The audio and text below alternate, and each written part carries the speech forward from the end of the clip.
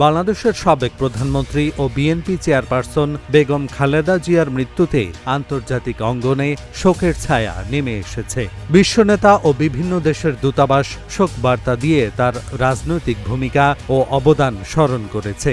প্রথম নারী প্রধানমন্ত্রী হিসেবে দীর্ঘ রাজনৈতিক জীবনে তিনি বাংলাদেশের রাষ্ট্র পরিচালনা, গণতন্ত্র বিকাশ ও আন্তর্জাতিক কূটনীতিতে উল্লেখযোগ্য ভূমিকা রেখেছেন এমন মন্তব্য এসেছে বিভিন্ন দেশের পক্ষ থেকে।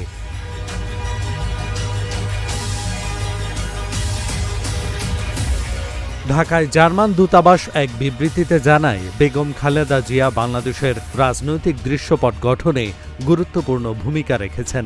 তারা বলেন, জার্মানি কয়েক দশক ধরে তার সঙ্গে কূটনৈতিক সম্পর্ক ও যোগাযোগ স্মরণ করছে। যুক্তরাষ্ট্র গভীর শোক প্রকাশ করে এক বার্তায় জানায়, খালেদা জিয়া বাংলাদেশের আধুনিক ইতিহাস গঠনে গুরুত্বপূর্ণ ভূমিকা রেখেছেন। ইউএস এম্বাসি ঢাকার সামাজিক যোগাযোগ মাধ্যম পেজে বলা হয়, তার নেতৃত্বে বাংলাদেশের উন্নয়ন ও অগ্রগতিতে বিশেষ অবদান রেখেছে এবং তার মৃত্যু দেশের জন্য এক বড় ক্ষতি। ভারতের প্রধানমন্ত্রী নরেন্দ্র মোদী এক্সে প্রকাশিত শোকবার্তায় বেগম জিয়াকে বাংলাদেশের ইতিহাসের গুরুত্বপূর্ণ রাজনৈতিক ব্যক্তিত্ব উল্লেখ করেন। তিনি বলেন, খালেদা জিয়া বাংলাদেশের প্রথম নারী প্রধানমন্ত্রী হিসেবে দেশটির উন্নয়ন ও ভারত-বাংলাদেশ সম্পর্ক জোরদারে স্মরণীয় ভূমিকা রেখে গেছেন।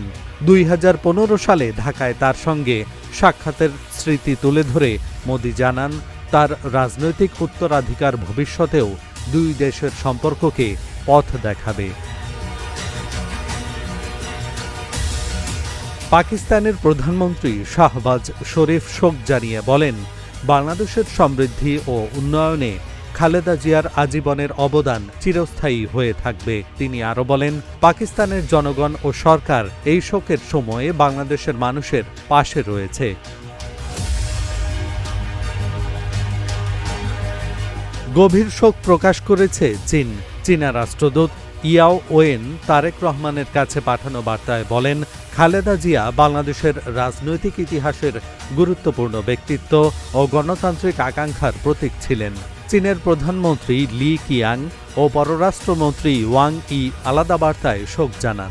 এছাড়াও ইউরোপীয় ইউনিয়ন, ফ্রান্স ও কানাডা দূতাবাস থেকেও শোক প্রকাশ করা হয়।